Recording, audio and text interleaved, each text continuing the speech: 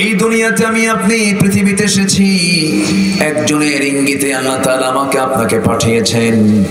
নিজের মতো করে চলা যাবে না, চলতে হবে কার মতো করে? আল্লাহর মতো করে চলতে হবে। আমার মন খেয়াল খুশি যা চাবে তা হবে না যদি তাই আপনি করেন। যদি কোনো বান্দার নফসের যদি তাবেদার হয়ে যায়, আল্লাহ তাআলা তাকে জাহান্নামের মধ্যে ঢুকায়া দিবেন।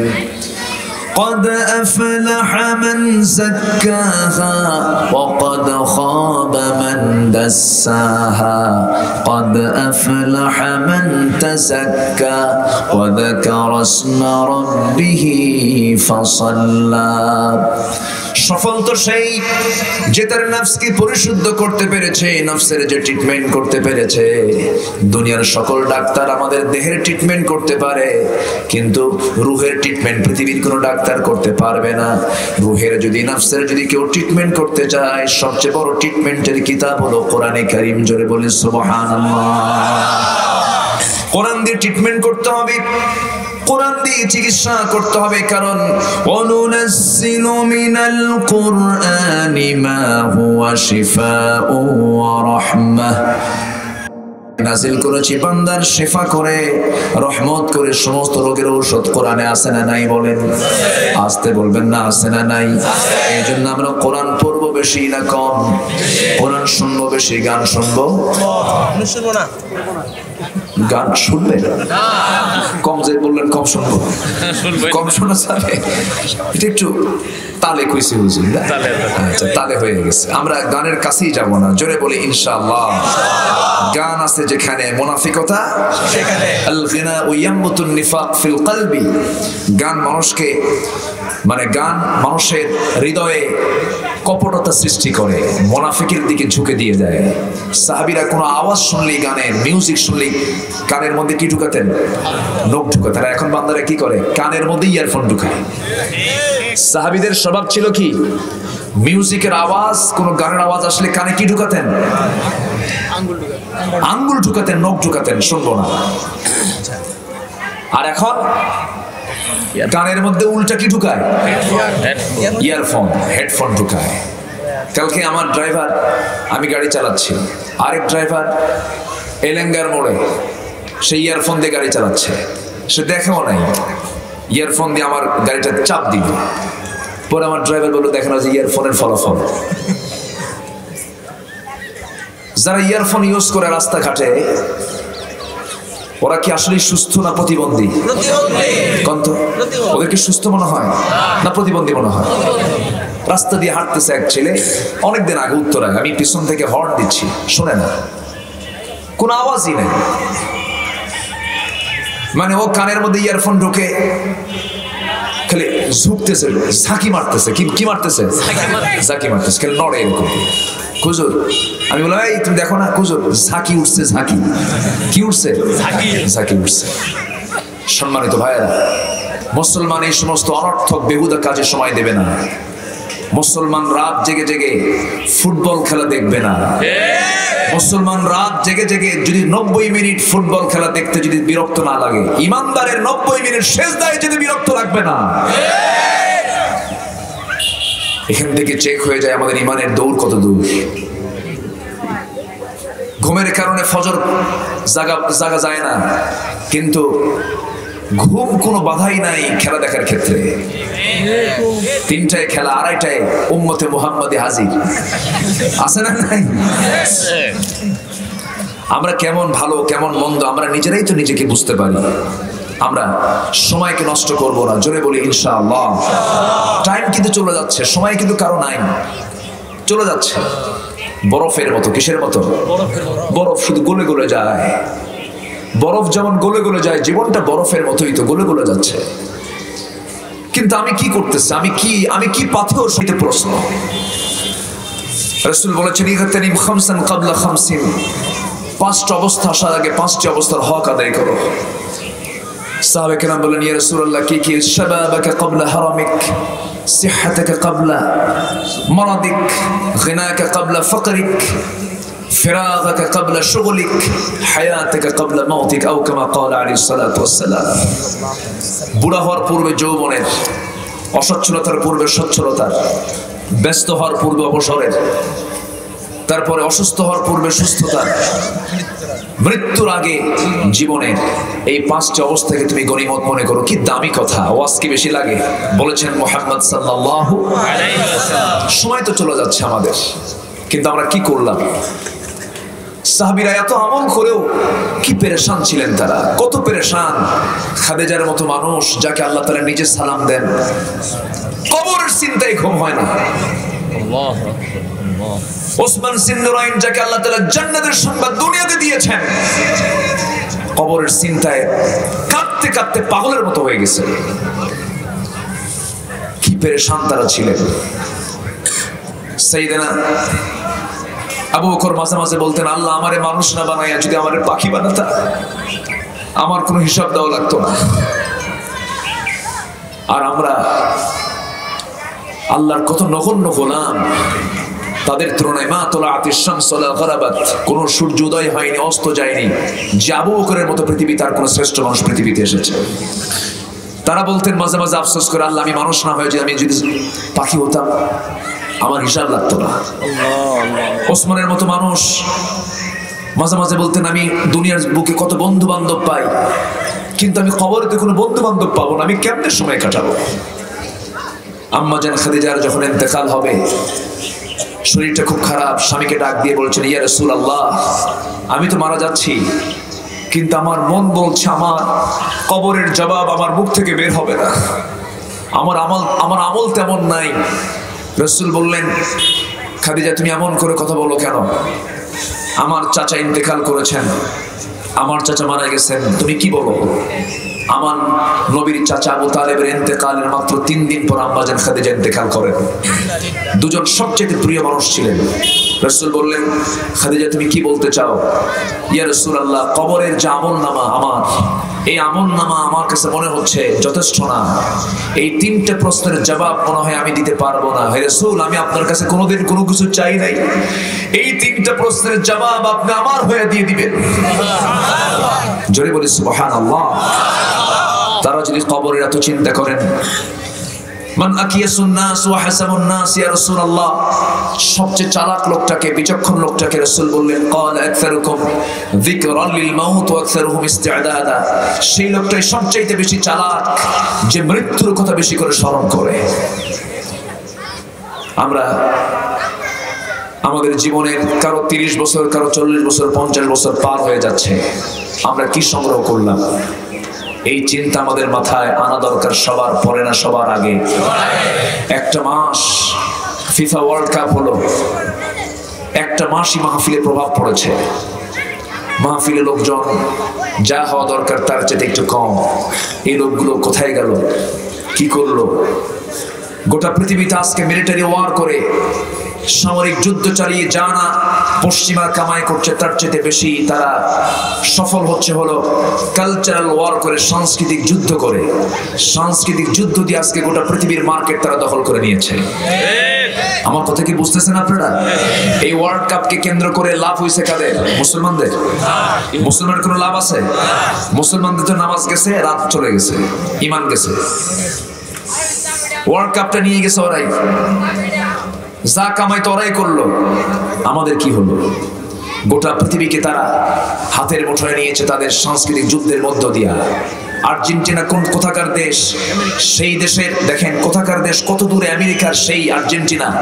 সে আর্জেন্টিনার পতাকা গাজীপুর সদরের একটা গ্রামের ছোট্ট একটা ঘরের ভিতরের ছোট্ট বাচ্চার গায়ে হলো মেসির 10 নম্বর জার্সি।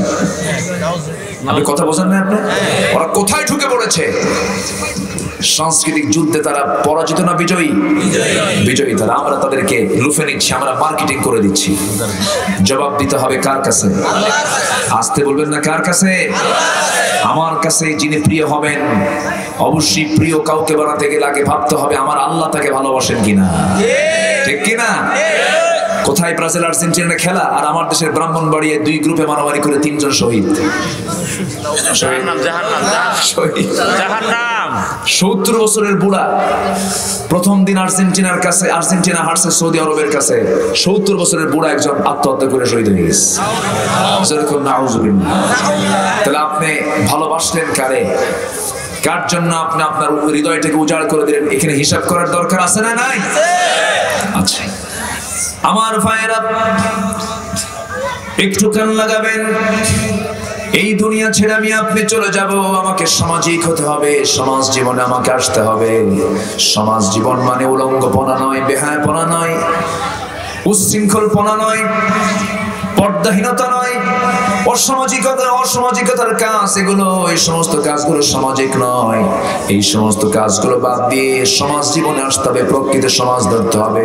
সমাজ গড়তে হবে কার পদ্ধতিতে? আসতে বলবেন না, কার পদ্ধতিতে? মানুষের পোশাকও কিন্তু একটা সংস্কৃতি, পোশাকও একটা বিশাল বড় ফ্যাক্টর। পোশাক কিন্তু গুরুত্বপূর্ণ একটা বিষয়, কিন্তু আজকের সমাজের মেয়েরা ইসলামের পোশাক ধরেছে না ভারতীয় নাটক ধরেছে? ভারতীয় নাটকের যে পোশাক, সেই পোশাকটা আজকে আমার মায়েদের গায়ে লাগানো আছে। এগুলো সামাজিকতা নয়। সমাজ দু প্রকার, একটা হচ্ছে সাধারণ সমাজ, আরেকটা হলো ইসলামী সমাজ। আমাকে আপনাকে গ্রহণ করতে হবে নরমাল সমাজ না ইসলামী সমাজ? ইসলামী সমাজ। কোন সূরা থেকে আমি তেলাওয়াত করেছি বলেন? সূরা হুজুরাত 4 নম্বর আয়াতকে সামনে রেখে আল্লাহ তাআলা এই সূরার নামকরণ করেছেন, ইন্নাল্লাযীনা ইউনাদুনাকা মিন ওয়ারাইল হুজুরাতি আকসারুহুম লা ইয়াকিলুন। জোরে বলুন আল্লাহু আকবার। আমার নবীজি সাহাবায়ে কেরামকে নিয়ে আলোচনা করছিলেন, খুতবা দিচ্ছিলেন। এমন সময় দুজন সাহাবী, ওমর ফারুক রাদিয়াল্লাহু তাআলা আনহু, আবু বকর সিদ্দিক রাদিয়াল্লাহু তাআলা আনহু, দুজন দামি সাহাবী, দুজন সামনে বসা আছেন। নবীজির বক্তব্যের মাঝেই এই দুইজন সাহাবী কথা বলতে বলতে তাদের কথার আওয়াজটা আমার নবীর ওয়াজের চাইতে বড় হয়ে গেছে, নবীর কথার চাইতে বড় হয়ে গেছে। নবীজির একটু কষ্ট হলো। নবীজি মনে মনে চিন্তা করছেন, আরে আমার কথা নিচে পড়ে থাকে, সাহাবীদের কথা উপরে চলে যায়, এটা কেমন কথা? নবীজির মনে কষ্ট হোক, এটা কি আল্লাহ চান নাকি? না। দুইজন কথা বলতেছেন, কে কে? আবু বকর আর ওমর। ছোটখাটো কোনো মানুষ? ওমরের নাম শুনছেন তো সবাই? অনেকদিন আগে এক মাহফিলে বললাম, ওমর ফারুককে চিনেন কে? সামনে থেকে এক ছোট বাচ্চা দাঁড়ায় বলে, হুজুর আমি চিনি। কে? আমাদের বাড়ির দোতলায় ভাড়া থাকে। আমি বললাম, তুমি 100 নম্বর পাইছো, তুমি 100 নম্বর পাইছো, কারণ তোমার মেধা যতটুকু তুমি উত্তর দিছো ততটুকু। ঠিক। এই দুইজন সাহাবীর বড় আওয়াজের কথা নবীজির মনোকষ্টের কারণ হয়ে গেল। আল্লাহর পক্ষ থেকে আল্লাহ তাআলা আয়াত নাযিল করলেন, ইয়া আইয়ুহাল্লাযীনা আমানু লা তারফাউ আসওয়াতাকুম ফাওকা সাওতিন নবী ওয়া লা তাজহারু লাহু বিল কওলি কাজহারি বা'দিকুম লিবা'দিন আন তাহবাতা আ'মালুকুম ওয়া আনতুম লা তাশউরুন। জোরে বলুন আল্লাহু আকবার। হে ইমানদারেরা, তোমরা তোমাদের আওয়াজকে নবীর আওয়াজের চাইতে বড় করো না। যদি বড় করে ফেলো তাহলে তোমাদের জীবনের নামাজ, তোমাদের রোজা, তোমাদের দান, তোমাদের সাদকা, তোমরা যা কিছু করেছো সমস্ত কিছু কাট হয়ে যাবে, সব নিষ্ফল হয়ে যাবে। যখন সাহাবীদের উপরে আয়াতটা নাযিল হলো, এই আয়াতটা এখনো লেখা আছে, আমার নবীর মাকবারা যারা জিয়ারা করেছেন, নজরুল কবর যারা জিয়ারা করেছেন, নবীর ওমর ফারুক এবং আবু বকর সিদ্দিক রাদিয়াল্লাহু আনহুর কবরের উপরে এই আয়াতটা লেখা আছে, লা তারফাউ আসওয়াতাকুম ফাওকা সাওতিন নবী। আমার ভাইরা, নবীর আওয়াজের চাইতে তোমরা আওয়াজটাকে বড় করো না। এই আয়াতটা যখন নাযিল হলো, সেই দিন থেকে নিয়ে মৃত্যুর দিন পর্যন্ত ওমর ফারুক নবীর সামনে কখনো উচ্চ আওয়াজে কথা বলেন নাই। আদব, আদব সবার আগে থাকতে হবে। যে মুসলমানের আদব নাই তার ঈমান নাই। সামাজিক হতে হবে, সামাজিক হওয়ার জন্য একটা হলো আদব থাকতে হবে। মান লাম ইয়ারহাম সাগীরানা ওয়া লাম ইউক্কির কাবীরানা ফালাইসা মিন্না। যে ব্যক্তি ছোটদেরকে স্নেহ করে না, বড়দেরকে সম্মান করে না, সে আমার কেউ না। রাসূল বলেছেন মারাত্মক কথা। আজকে ভার্সিটির চিত্রের দিকে তাকান, সেই জায়গায় শিক্ষক ছাত্রকে মারে না, ছাত্র শিক্ষককে মারে। বলেন বলেন, কি শিক্ষার ঠেলা দেখেন। আজ থেকে 10 বছর আগে আমার দেশে শিক্ষার হার কম ছিল না বেশি ছিল? হ্যাঁ, কম ছিল। এখন শিক্ষার হার কমছে না বাড়ছে? বাপ মার খেদমত বেশি করে না কম করে? এই হলো শিক্ষার ঠেলা। সব শিক্ষা দিয়ে তো মানুষ সামাজিক হবে না, সব শিক্ষা দিয়ে মানুষ তো আদব শিখবে না। আমি আল্লাহর কসম করে বলতে চাই, হলফ করে বলতে চাই, শুনুন, বৃদ্ধাশ্রম আমার দেশে গড়ে উঠেছে। গোটা পৃথিবীর সকল বৃদ্ধাশ্রমকে আপনি অনুসন্ধান করে দেখুন, কোন বৃদ্ধাশ্রমে কোন আলেম কোন হাফেজের বাপ মাকে দেখতে পাবেন না। কে বলেছে ধানমন্ডিতে শান্তি আছে, ডিওএইচএসে শান্তি আছে, বাড়িধারায় শান্তি আছে, গুলশানে শান্তি আছে? কে বলেছে? ওই ধানমন্ডিতে গত বছর একজন অভিনেতার শ্বশুর বৈধ পিস্তল দিয়া মাথায় ঠেকে ফেসবুক লাইভে এসে জীবনটা দিয়ে দিল। তার টাকার তো সমস্যা নাই, বউ বাচ্চা সবই ছিল, জীবনটা দিয়ে দিল কেন? এর মূল কারণ হলো আজকে আমরা সামাজিক না অসামাজিক? বলেন বলেন, অসামাজিক। সামাজিক আমরা হতে পারি নাই। আজকে ওই শিরামের মেয়ের কেন জন্ম হলো বাংলাদেশে? একজন পুলিশ ইন্সপেক্টরের মেয়ে ইয়াবার টাকা না পাওয়ার কারণে মেয়েটা বাপকেও খুন করলো, মাকেও খুন করে ফেললো। আমরা সামাজিক না অসামাজিক? আমরা কি আধুনিক না পুরাতন হয়ে গেছি? কিসের আধুনিক? আমরা আধুনিক তো ইসলাম। আধুনিক কি? ইসলাম। ইসলামের চেয়ে আধুনিক কিছু আছে নাকি? ইসলাম আছে যেখানে আধুনিকতা সেখানে, কিন্তু আজকে যে আধুনিক বলা হয়, মডার্ন বলা হয়, এটা মডার্ন নয়, এটা নগ্নতা, বেহায়াপনা, অজ্ঞতা। ঠিক কি না?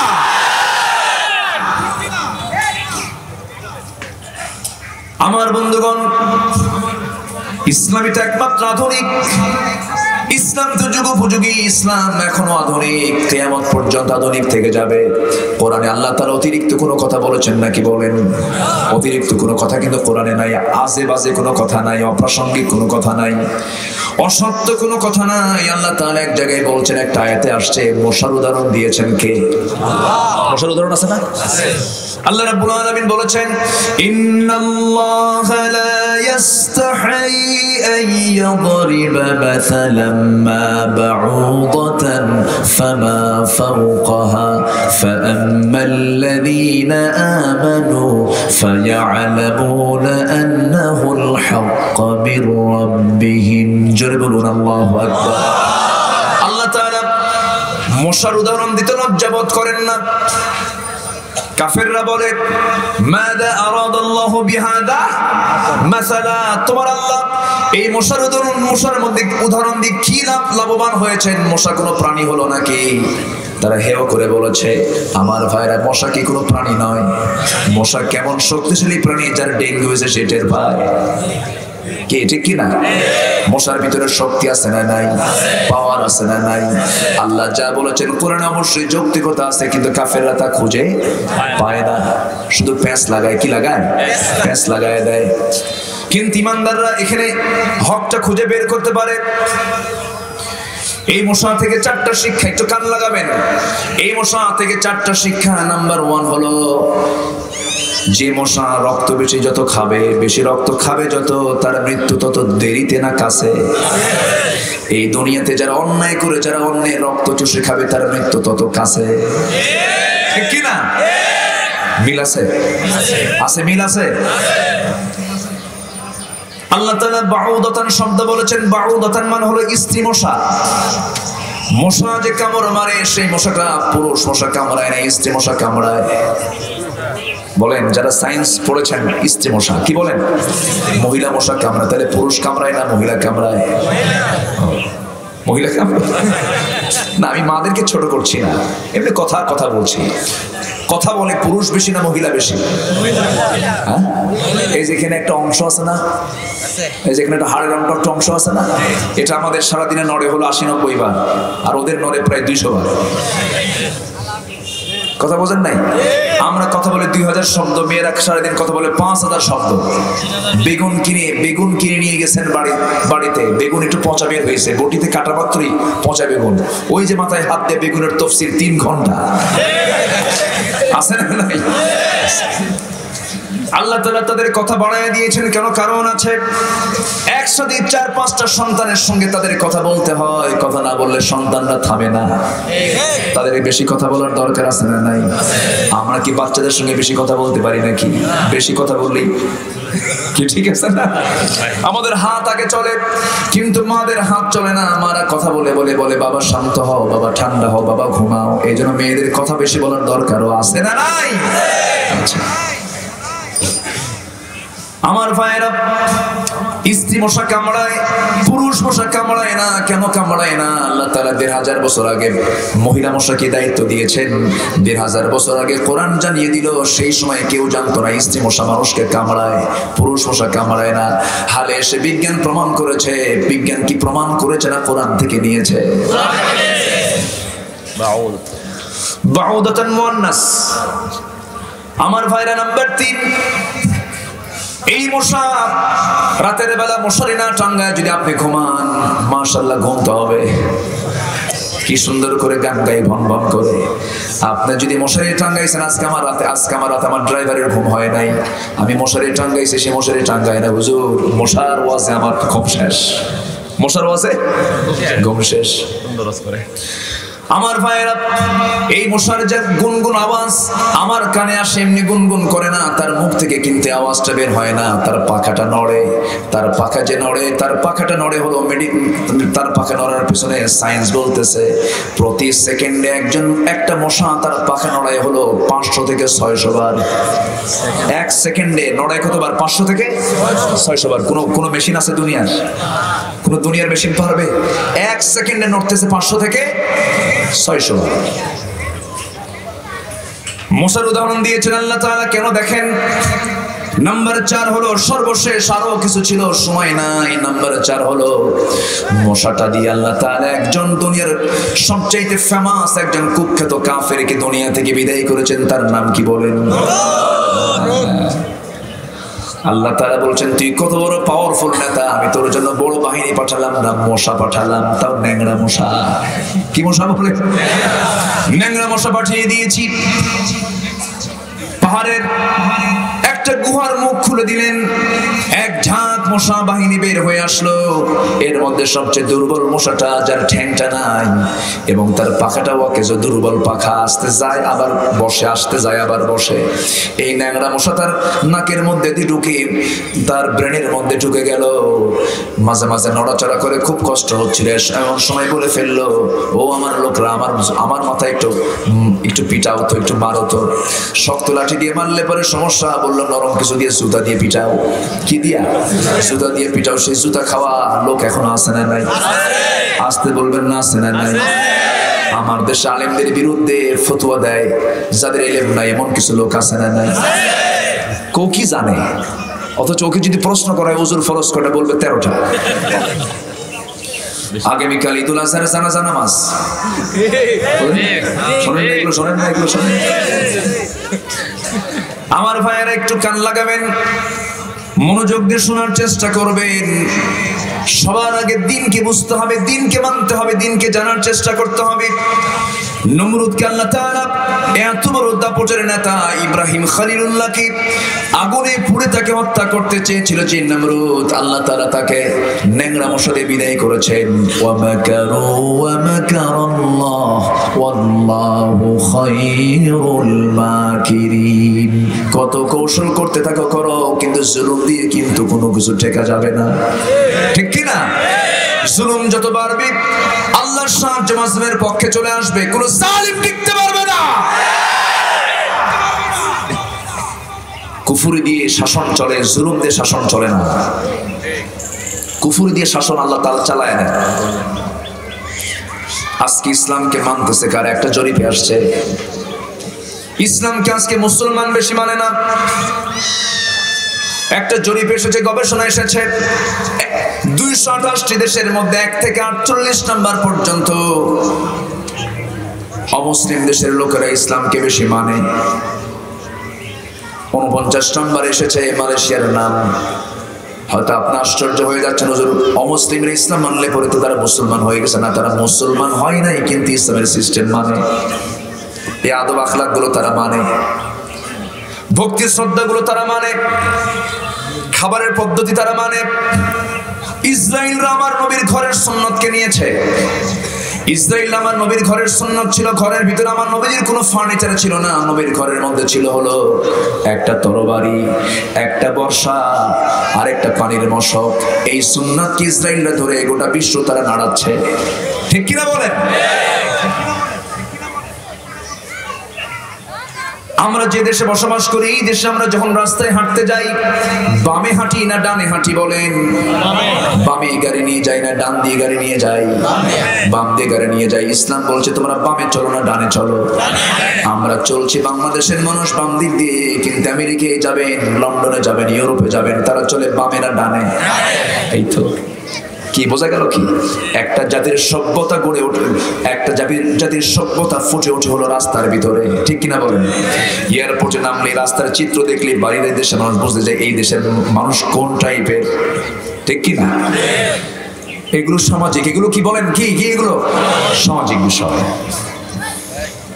আমার দেশের মানুষ কতটুকু সভ্য, কতটুকু সভ্য রাস্তায় নামলেই টের পাওয়া যায়। আল্লাহ বলছেন তুমি ডানে চলো, কিন্তু আমেরিকার লোক তারা ডানে চলে, আমাদেরকে চালায় কোন দিকে বলেন? বামে চলো। তাহলে তারাই তো ইসলাম মানতেছে, কিন্তু মুসলমান তারা না। কিন্তু আমরা মুসলমান, কিন্তু মুসলমানের চরিত্র আমাদের মধ্যে নাই। বাজারে গেছে বাজার করতে, সাইকেল দিয়ে শুধু এদিকে তাকাইছে, সাইকেল নাই। এটা মুসলমানের চরিত্র হয় নাকি? কিন্তু আমি নিজের চোখে দেখেছি, আমি সাউথ কোরিয়া গিয়েছি, এয়ারপোর্টে আমি আমার একটা মোবাইল রেখে চলে আসছি। 4-5 ঘন্টা মোবাইল আমার মনেই নাই, যাই দেখি ওই জায়গায় পড়ে আছে, কেউ নাই। আমার দেশে তো থাকতো। মাহফিল শেষ করবো, আমি জুতা রাখছি মঞ্চের পেছনে, আমার কাছাকাছি জুতা রেখেছে। চিটাগাং গত বছর মাহফিল শেষে দিকে আমার জুতা আগে নাই। কি ওয়াজ শুনছে, জুতার ওয়াজের ফলাফল হলো জুতা নাই, তা হুজুরেরটা। আমার ভাইয়েরা, এগুলোর কিছু কারণ আছে। অন্যতম কারণ হলো সিলেবাসের সমস্যা, আছে না নাই?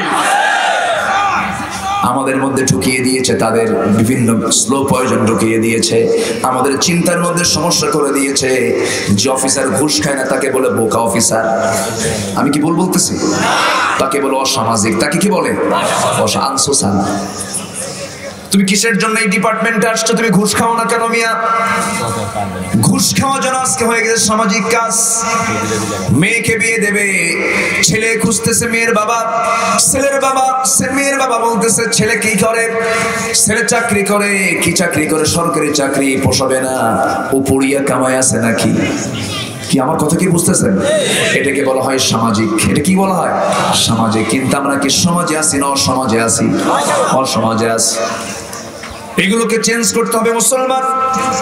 সময় আছে তো? আলোচনা চালাই না? হ্যাঁ অবশ্যই চালাবো। না শেষ করে দেব? আলোচনা চালাবো, জোরে বলি ইনশাআল্লাহ। এত সুন্দর মানুষ আপনারা, এই সকালবেলা মানুষ এই সময় কত কাজে ব্যস্ত থাকে, আর আপনারা কি সুন্দর করে বসে আছেন। আমি খুবই আনন্দিত, বলি আলহামদুলিল্লাহ। আমার ভাইয়েরা, একজন মেয়েকে আমি দূর থেকে ডাকতেছি, তাকে টিচিং করতেছি, বিরক্ত করতেছি, এটা কি সামাজিক কাজ নাকি? কিন্তু আজকের যুবকরা মেয়েদেরকে কেমন করে যেন সিগন্যাল মারে। এই সিগন্যালটা জিবরাইল শিখাইছে নাকি? জিবরাইল শিখাইছে না শয়তান শিখাইছে? এগুলো সামাজিক কাজ না সামাজিক কাজ? আপনি আপনার চোখের সামনে একটা সুন্দরী নারী পড়ে গেল, আপনি তাকে নিয়ে অনেক বাজে শব্দ প্রয়োগ করছেন, বাজে টিচিং করছেন, বাজে কথাগুলো বলছেন। আপনি তো একটাবার ভাবলেন না আমার বাড়িতে মা বোন আছে না নাই? আসতে বলবেন আছে না নাই? আমি আজকে অন্যের বোনের সঙ্গে ডিস্টার্ব করব, আমার বোনের সঙ্গে অন্যজন ডিস্টার্ব করবে। এক সাহাবী এসে বলছেন হুজুর সব ছাড়বো কিন্তু জেনার কাজ ছাড়বো না, সব বাদ দেবো, জেনার কাজ বাদ দেবো না। আমার নবীজি বললেন, ও সাহাবী, জেনার কাজ যদি বাদ না দাও তোমাকে প্রশ্ন করব। কি প্রশ্ন? যদি তোমার মেয়ের সঙ্গে কেউ জেনা করতে আসে হুজুর আমি তাকে খাইয়া ফেলাবো। যদি তোমার বউয়ের সঙ্গে কেউ জেনা করতে আসে আমি তাকে জব করব। তোমার মার সঙ্গে যদি কেউ জেনা করতে আসে হুজুর আমি তাকে রক্ষা করব না। রাসূল বলেন, যার সঙ্গে জেনা করতে যাবে তুমি কারো না কারো মা, কারো না কারো বোন, কারো না কারো নিজের স্ত্রী, সাহাবীর চোখ দিয়ে টপ টপ করে পানি পড়তেছে আর বলতেছেন, ইয়া রাসূলুল্লাহ, আপনি আসলে বিশ্ব নবী, আল্লাহর কসম আজকে থেকে জিনার সকল কার্যক্রম আমি বন্ধ করে দিলাম। জোরে বলে সুবহানাল্লাহ। এই জন্য আমরা জিনার কাছে কেউ যাব নাকি? খারাপ কাজে কেউ যাব নাকি? জিনার কাজ সামাজিক না অসামাজিক? জিনা করলে সমাজের ক্ষতি আছে না নাই? শুধু আপনি নিজের ক্ষতি করলেন না, সমাজটাকেও ক্ষতির মধ্যে ফেলে দিলেন, সমাজকেও ক্ষতিগ্রস্ত করে ফেলেন। জিনা মানে রোগ বাড়ানো, রোগ চলে যাবে সামাজিক, ভাইরাস চলে যাবে সামাজিক। এই যে নতুন নতুন রোগের জামদানি হচ্ছে, ভাইরাসের জামদানি হচ্ছে, সবগুলো হলো জিনা, ব্যভিচার, অসামাজিক কাজের প্রতিফলন। আমার ভাইয়েরা, আজকে কোন সূরা থেকে কথা বলছি বলেন? সূরা হুজুরাতের মধ্যে আল্লাহ তাআলা 10টা হুকুম দিয়েছেন। আমি যে সূরা ধরছি এটা 3 দিন ওয়াজ করলেও ফুরাবে না, তাই না? লম্বা আলোচনা শুনবেন। আজকে শুরু করে দিয়েছে, পরে আর একদিন শোনাবো। আজকে তো শুরুই হচ্ছে, তাছাড়া শেষ তো আজকে হবে না। দেখা যাক। জি বলি আলহামদুলিল্লাহ। এলাকার নাম কি জানো? নয়াপাড়া। ও নয়া, পুরাতন দুরাতন কিছু নাই এখানে, সব নয়া। জি, আমি খুবই বরকত পাচ্ছি আজকের আলোচনায়, জানেন, খুব আনন্দ পাচ্ছি, আমি খুব ভালো ভালো অনুভূত হচ্ছে আমার, আলহামদুলিল্লাহ। এই সমস্ত টাইমে তো আমাদের ওয়াজে দেয় না, আমাদের ওয়াজে দেয় হলো রাত 11টায়। ঘুমন্ত জাতির সামনে ঘুমন্ত বক্তা, বুঝলেন না? বাস্তব তো তাই। রাত 11টায় মানুষ কিসের সময় এটা বলেন? ঘুমের সময়। ঘুমন্ত জাতির সামনে ঘুমন্ত বক্তা বক্তব্য করিতেছেন ঘুমাতে ঘুমাতে, শুনিতেছেন শ্রোতা ঘুমাতে ঘুমাতে, এটাই তো হয়। কিন্তু এই সময়টা আসলে ওয়াজের সুন্দর সময়, বলি আলহামদুলিল্লাহ। আপনারা প্রত্যেক বছর শোনেন, প্রত্যেক বছরের দিনের বেলা এই সময় খুব, আমি এই বছরের সবচেয়ে বরকতময় আমি সময় পাচ্ছি আজকে এই সময়টাই, খুব ভালো, বলি আলহামদুলিল্লাহ। কেন আপনার জুম্মা আছে, আপনি যাবেন না? বলেন না মসজিদকে যে আমি আসতেছি ইনশাআল্লাহ, এখান থেকে ডাইরেক্ট গিয়ে খুতবা মারবেন। আমার দিকে তাকান, আসলে কিছু মানুষ থাকলে মাহফিলটা বরকতময় হয়ে যায়। আমার আব্দুল খালিক ভাই বসে আছেন, কি সুন্দর মিষ্টি মিষ্টি হাসি মারতেছেন, আলহামদুলিল্লাহ। ওদিকে মুরব্বী বসে আছেন, কত সুন্দর, এখানে মুরব্বী বসে আছেন, বলি আলহামদুলিল্লাহ। অনেক মাহফিলে দাড়িওয়ালা লোক পায় না, খালি মোসওয়ালা, বুঝলেন? আজকে সব দাড়িওয়ালা পাইছে, বলি আলহামদুলিল্লাহ। সে মোস কি দেখে ভয় লাগে, উনি বোঝাচ্ছেন আমি একজন হ্যামবে তামবে, আছে না নাই? রাসূল কি মোসওয়ালা না দাড়িওয়ালা?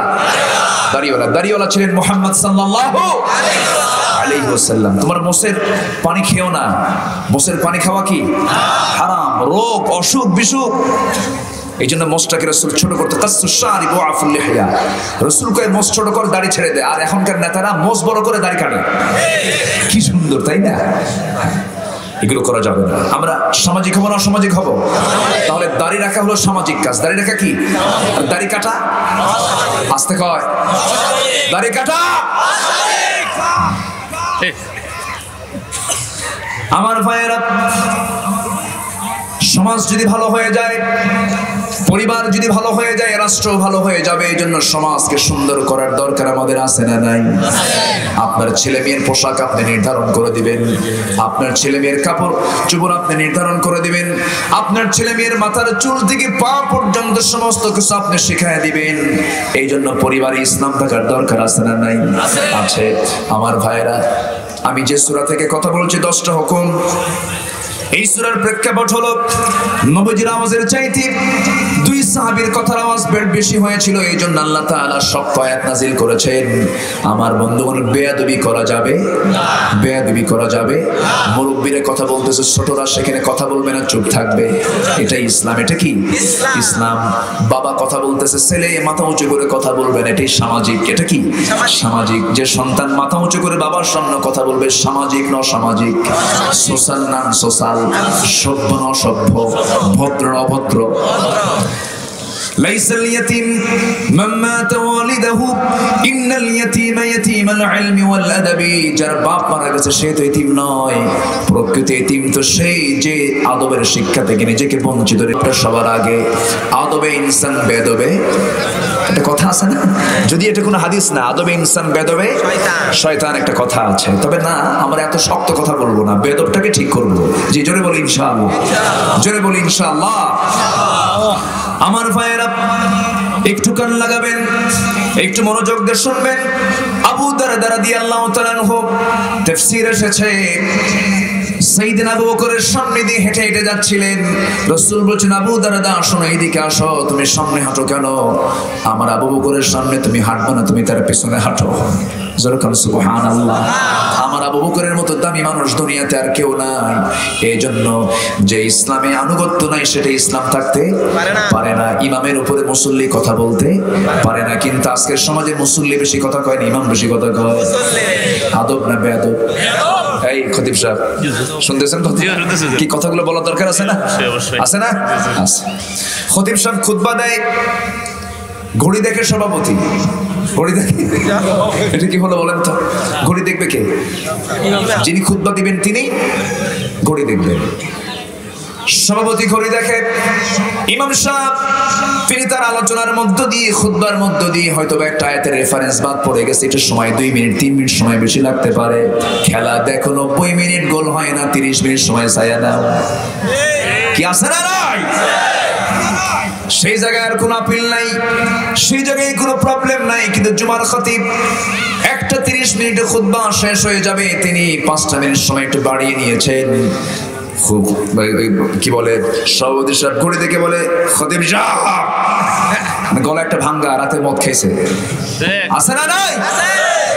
ঘড়ির দিকে তাকান। এগুলো বেয়াদব। মসজিদ থেকে ঘাড় ধাক্কা দিয়ে বের করে দাও। ঠিক কি না? যে মুসল্লি ইমামের উপরে কথা বলে তার চেয়ে বড় বেয়াদব কেউ আছে? তোমার নামাজ পড়ো যার পিছনে, তুমি তাকে সম্মান করতে পারো না, তুমি কিসের মুসলমান? কথা কি বোঝা যায়? কথা বোঝা যায়? আমরা সামাজিক হব না অসামাজিক হব? সামাজিক।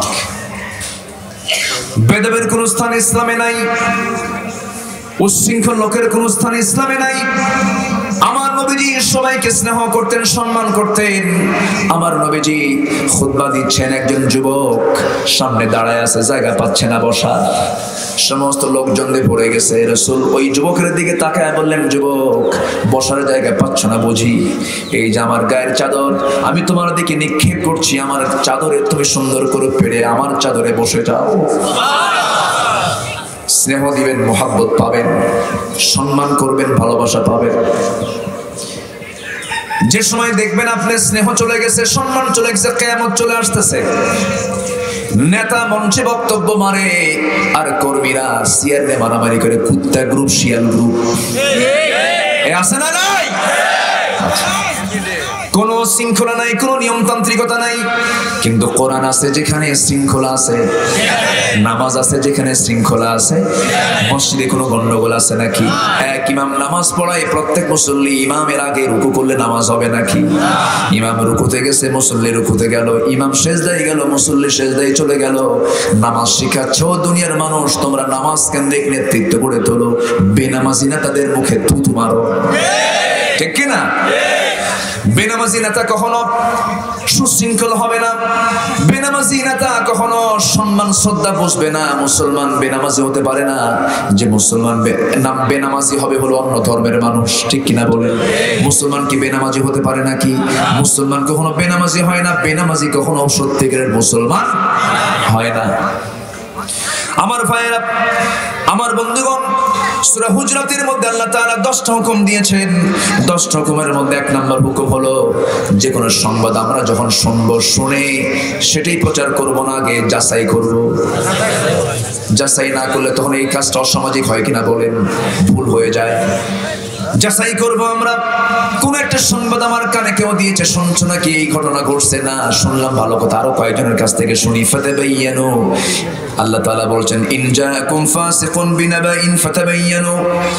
কোন ফাসিক লোক যখন তোমার কাছে সংবাদ নিয়ে আসবে, সেই সময় তোমরা কি করবে? এটাকে ডিসকাস করবে, এটাকে যাচাই বাছাই করে এরপরে তোমরা সিদ্ধান্তে আসবে কার কথা। কি সুন্দর করে কি পরামর্শ দিচ্ছেন। নাম্বার 2 হলো ফাসলিহু, এরপরে তোমরা ইসলাহ করবে, সংশোধন করবে। তোমরা ভুল ধরবে, সংশোধনের নিমিত্তে তাকে জব্দ করে জন্য তুমি সংশোধন করবে না, ইসলাহ করবে না। নাম্বার 3 হলো ওয়াকসিতু, তোমরা কি করবে? ন্যায় বিচার করবে। অন্যায় বিচার কখনো করবে না। সমাজ জীবনে কখনো অন্যায় বিচার করবে না। এমন মেম্বার চেয়ারম্যান বহু আছে আমার দেশে, টাকা খায়া অন্যায়কে ন্যায় বানায়। আছে না নাই? বহু সংসার আগুন ধরায় দেয়, আছে না নাই? সামাজিক কাজ না অসামাজিক কাজ? অসামাজিক কাজ নাই বিচার করবে। নাম্বার 4 হলো লা ইয়াসখার, কাউকে হেয় করবে না, কাউকে উপহাস করবে না, হাসাহাসি করবে না, কালো মানুষকে কালো বলবে না। কালো বললে কষ্ট পাবেন কে? ব্যক্তি কষ্ট পাইছে, সাথে সাথে কষ্ট পাবেন কে? অন্ধকে কানা বলে ডেকো না, খোঁড়াকে খোঁড়া বলে ডেকো না, বাটুকে বাটু বলে ডেকো না, টেকো মাথাকে টেকো মাথা বলে ডেকো না। যার যে রোগগুলো আছে এই রোগগুলো দেওয়ার পেছনে রোগটা দিয়েছেন কে? আসতে বলবেন না কে? তুমি কিসের বড়াই করো? তুমি কিসের বড়াই করো? চেহারার বড়াই করে লাভ নাই। তুমি তোমার চেহারা দিয়ে তুমি কি করবা? আল্লাহ তাআলা বলছেন লা তামশি ফিল আরদি মারহান ইন্নাকা লান তাখরিকাল আরদা ওয়া লান তাবলুগাল জিবালা তুলা। তোমার অহংকারে জমিন ডাববে না। তুমি অহংকার করে পাহাড়ের চেয়ে উঁচু হতে পারবে না, 1 ইঞ্চি উঁচু হতে পারবে না। অহংকার তুমি করবা না, অহংকার করতে পারবা না। চেহারার বড়াই, সম্পদের বড়াই, টাকার বড়াই, ক্ষমতার বড়াই গুলো আছে না নাই বলেন? অহংকার করবেন কে? আসতে বলবেন না কে? আমরা গোটা পৃথিবীতে কার ছাদের নিচে? ছাদ কয়টা? এক ছাদের নিচে আমরা আছি। অতএব আমরা অহংকার করবো কেমন? এক ছাদের নিচে তো সবাই আছে। তুই কি এমন বলো একই ছাদের নিচে? ঠিক কি না? তোমার কবর আমার কবর একই। হয়তো আজিমপুর নাম একটা, বুদ্ধিজীবী নাম একটা, কিন্তু মাটি সব মাটি সবই এক। কিসের অহংকার তোমার? তোমার 2টা চোখ, আমার 2টা চোখ, তোমার 2টা কান, আমার 2টা কান। একটু নাকটা একজনকে বোচা করে দিয়েছেন আল্লাহ রাব্বুল আলামিন, কারণ নাকটা একটু লম্বা করে দিয়েছেন। কেন দিয়েছেন? এই জন্য দিয়েছেন ইন্না খালাকনাকুম মিন যাকারিন ওয়া উনসা ওয়া জাআলনাকুম শুউবান ওয়া ক্বাবাইলা লিতাআরাফু ইন্না আকরামাকুম ইনদাল্লাহি আতকাকুম। জোরে বলুন আল্লাহু আকবার। কেন দিয়েছেন? চায়নার লোকের নাকগুলো কি বলেন বলেন? চোখগুলো ছোট ছোট। মাঝে মাঝে আমার মনে হয় চোখটা এত ছোট, মনে হয় যে ব্লেড দিয়ে কেটে দিই, একটু বড় করে দেই। কিন্তু আল্লাহ তাআলা তাদের চোখটাকে ছোট করে বুঝায় দিচ্ছেন এটা চায়নার মাল। এটা কোথাকার মাল বলেন? চায়নার মাল। আমেরিকার মানুষের চেহারাটা আবার ভিন্ন করে দিয়েছেন, সৌদি আরবের মানুষের চেহারা ভিন্ন করে দিয়েছেন। আবার ইরানের মানুষের হাঁটা একরকম, আমার দেশের মানুষের হাঁটা একরকম। ইরানের লোকগুলো হাঁটা দেখলেই বোঝা যায় এটা ইরানের মাল। আল্লাহু আকবার বলেন। এটা ইরানের মানুষ, বাংলাদেশের মানুষ, ইন্ডিয়ার মানুষ, পাকিস্তানের মানুষ, 228টি দেশ নিয়ে গোটা দুনিয়া, 50 কোটি 10 লক্ষ বর্গ মাইলের দুনিয়ার ভিতরে কত মানুষ বিচিত্র, বিভিন্ন ভাষা, বিভিন্ন চেহারা, বিভিন্ন কথা, সব করে দিয়েছেন কে? কেন দিয়েছেন? এই জন্য দিয়েছেন। এই বাংলাদেশের সব ভাষা কি একরকম নাকি? চিটাগাংয়ের লোক ঢাকা এসে কথা বললে ধরা পড়ে না? ধরা পড়ে না? এটা চিটাগাংয়ের মানুষ এখানে আসছে, মাস্তানি করলে খবর আছে কি? ঠিক কিনা বলুন? কুড়িগ্রামের মানুষ চলে আসবে ঢাকায়, আপনি ধরে ফেলবেন এই লোকটা কুড়িগ্রামের মানুষ। ময়মনসিংহ থেকে এসেছে গাজীপুরে, একটা টান মারবে, বোন কি মুতাইছুর, টান একখান মারবে, টের পেয়ে যাবে এটা ময়মনসিংহের হালুয়াঘাট দুবাউড়া থেকে আসছে। ঠিক আছে, বোঝা যায়, সব বোঝা যায়। আল্লাহ তাআলা সবগুলোকে ইমিগ্রেশন আটকায় দিয়েছেন, কারণ কেউ কোনো কোথাও মাস্তানি করতে গেলে ধরা খাবে, এটা চায়না থেকে আসছে। আল্লাহ সবাইকে সমান করে দিলে অসুবিধা না সুবিধা হতো? অসুবিধা হয়ে যেত। আল্লাহ তাআলা সবগুলোকে ভাষাকে এক্সট্রা করে দিয়েছেন। চায়নার ভাষা একরকম, মালয়েশিয়ার ভাষা একরকম, কোরিয়ার ভাষা একরকম, বাংলাদেশে কুড়িগ্রামের ভাষা একরকম, চিটাগাংয়ের ভাষা একরকম, ওইদিকে সিলেটের ভাষা আরেক রকম। কিতা খবর, কিতা মাতলা রে বা, আছে না নাই? কত ভাষা আছে। এই সমস্ত ভাষাগুলো দিয়ে আল্লাহ রাব্বুল আলামিন বোঝাচ্ছেন, বান্দা আমি এগুলোকে এক্সট্রা করে দিয়েছি, চেহারার মধ্যে কোনো অসৌন্দর্য রাখি নাই, কালো ধলা কোনো বিষয় নয়। সবচেয়ে দামি লোক সেই যে লোকটা সবচেয়ে বেশি ভয় করে কাকে? আসতে বলুন, আমরা কাকে সবচেয়ে বেশি ভয় করব? 2015 সালে আমি হজে গিয়েছিলাম, মদিনার মসজিদের সামনে আমি বসে আছি। নাইজেরিয়ান একজন যুবক, অনেক টল ফিগার। আমি হলাম লম্বায় 6 ফিট, আর উনি হলেন লম্বায় প্রায় 8.5 ফিট, 2.5 ফিট উঁচা। আমি এরকম বসে আছি, কালো কুসকুসে মানুষ। মাঝখান দিয়ে মাঝে মাঝে একটু হাসি মারলে দাঁতটা মনে হয় একদম মানে ফুটে ওঠে। দাঁত সাদা তো, আর চেহারা কালো, বোঝেন না, কিন্তু দাঁত শুধু ফুটে উঠতেছে। কালো কুসকুসে মানুষ। তো আমি তাকে বললাম যে আপনার নাম কি? উনি ইয়াসির বলল, ইয়াসির নাম। তো বললাম মিনাইনা যেটা, আপনি আসছেন কোন জায়গা থেকে? বলতেছে আমি নাইজেরিয়া থেকে আসছি। তাই তা আপনি এত কালো মানুষ, এই যে দেখেন মিশরি, ইরান, তারপরে এই যে গোটা দুনিয়ার এত সুন্দর সুন্দর মানুষগুলো, এই সময় সুন্দর সুন্দর মানুষ দেখলে কি আপনার একটু ঈর্ষা হয় না, একটু হিংসা হয় না, একটু খারাপ লাগে না? তা আমার এই কথা শুনে একটা মুচকি হাসি মেরে নোকটা শাহাদাত আঙ্গুলটা এরকম করে উঁচু করলো। এই শাহাদাত আঙ্গুলের যে মোটা, আমার কবজি অত মোটা না, আমার কবজি সমান হলো তার নখ। এরকম নখটা উঁচু করে বলতেছে সবাইকে লক্ষ্য করে, এগুলো কোনো সিহারা হলো? সিহারা তো আমার। আল্লাহু আকবার বলবেন না? এটাই হলো আল্লাহর শুকরিয়া। বলি আলহামদুলিল্লাহ।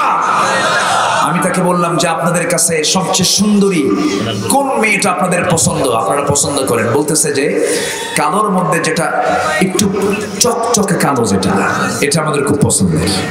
বলেন আলহামদুলিল্লাহ। তো সবার পছন্দকে আল্লাহকে একরকম করে দিয়েছেন না, আল্লাহ তাআলা বিভিন্ন রং দিয়েছেন, বিভিন্ন চয়েস দিয়েছেন। সুবহানাল্লাহ বলেন। তাহলে কোন অহংকার কি করা যাবে? কালোকে কালো বলা যাবে? মন্দকে মন্দ বলা যাবে? কোন লোকের মন্দ দিক আছে, সেই মন্দ দিক দিয়ে তাকে খোঁটা মেরে কথা বলা যাবে? আল্লাহ তাআলা এগুলোকে মানা করেছেন। এরপর আল্লাহ রাব্বুল আলামিন আরেকটা হুকুম করেছেন, সেটা হলো তোমরা অপমান করবে না। ওয়ালা তালমিসু। নাম্বার 7 হলো ওয়ালা তানাবাসু, তোমরা একে অপরের প্রতি দোষারোপ করবে না।